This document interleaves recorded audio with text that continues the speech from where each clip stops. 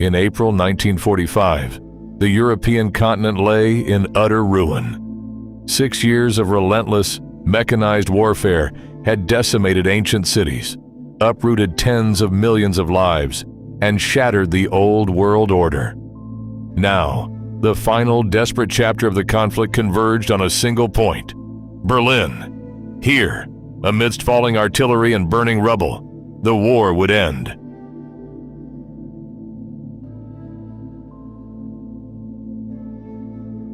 By early spring, the Allied powers had established total strategic dominance over Europe.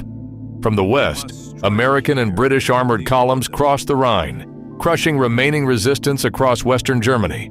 From the east, the Soviet Red Army launched a massive, unstoppable offensive across the Oder River, fueled by 4 years of brutal, unforgiving fighting on the Eastern Front. From the Oder.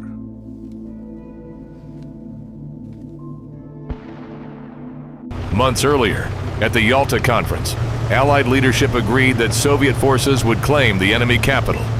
For Moscow, capturing Berlin was more than a strategic objective.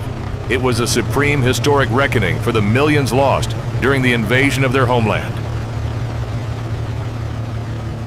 Outside the capital, the Soviet Army assembled a force of unprecedented magnitude. Over 2 million Red Army soldiers, supported by 6,000 tanks and self-propelled guns, stood ready along the eastern perimeter. Over 40,000 artillery pieces were lined up barrel to barrel, preparing to unleash a barrage unmatched in human history. Inside Berlin, the Nazi government attempted to prepare a city ill-equipped for defense. Wide avenues were converted into improvised airstrips. Anti-tank trenches were dug through public parks, and civilian structures were fortified into defensive pillboxes. The trap was set, and the ring was about to close. We need more sand up here. In the early hours of April 16, 1945, the storm broke at the Silo Heights, the crucial elevated ridge protecting the eastern approaches to Berlin. Marshal Georgy Zhukov launched the assault with an earth-shattering night bombardment. Thousands of Katyusha rocket launchers and heavy field artillery pieces illuminated the darkness, pounding German trenches in a continuous wall of fire.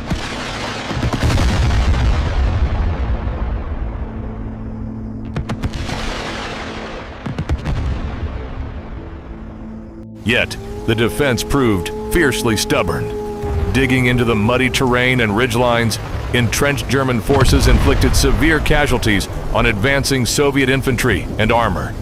For 3 grueling days, the heights became a slaughterhouse of fire and mud. Only after throwing massive reserves into the fight did Soviet forces breach the ridge on April 19th, opening the direct road to the capital. By April 23rd, Soviet spearheads had completely encircled Berlin, severing all routes of escape. What followed was a nightmare of urban combat. Berlin's wide boulevards, residential courtyard blocks, and underground subway tunnels were transformed into a deadly maze of ambushes and barricades. The defending forces were a desperate, fragmented mix of remnant army units, SS troops, and hastily conscripted civilians. Among them were the Volkssturm, elderly men armed with outdated rifles, and young teenagers from the Hitler Youth, deployed with single-shot Panzerfaust anti-tank weapons against iron tracks. Red Army infantry fought house by house, clearing rooms with submachine guns and grenades, while heavy armor provided direct fire support at point-blank range. Every street corner became a fortress, every cellar a bunker.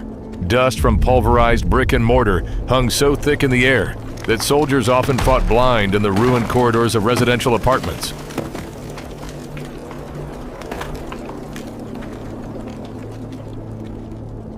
For the nearly 2 million civilians remaining in Berlin, daily life collapsed into a struggle for basic survival. Families spent days trapped in underground air raid shelters, cellars and subway stations without clean water, electricity, or medical supplies.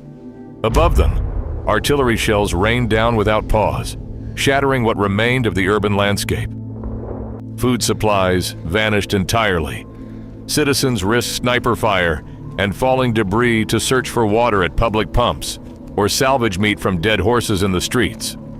Disease spread through damp underground shelters where thousands huddled together in total darkness.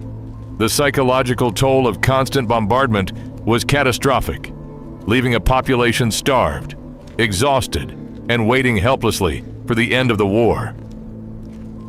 Deep beneath the ruined gardens of the Reich Chancellery, Germany's high command operated from the Führer bunker. Cut off from the physical realities of the surface, leadership issued frantic orders to non-existent military formations and held out hope for phantom counteroffensives that would never come. On April 30th, with Red Army assault groups less than 500 meters away, Adolf Hitler committed suicide inside his private quarters.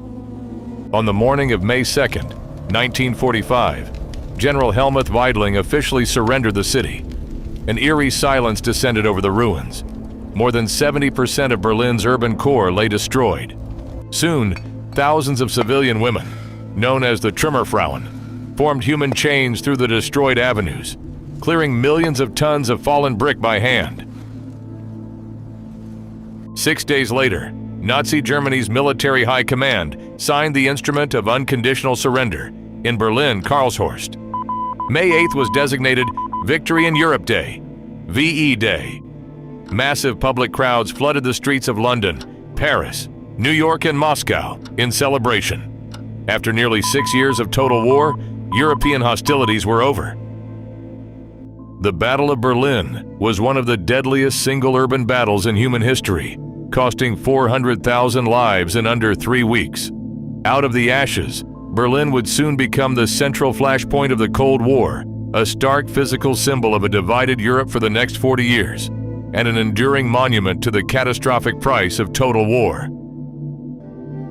If you found this exploration of the end of World War II valuable, please consider supporting the channel by subscribing below. Your support helps us continue to create these detailed educational documentaries.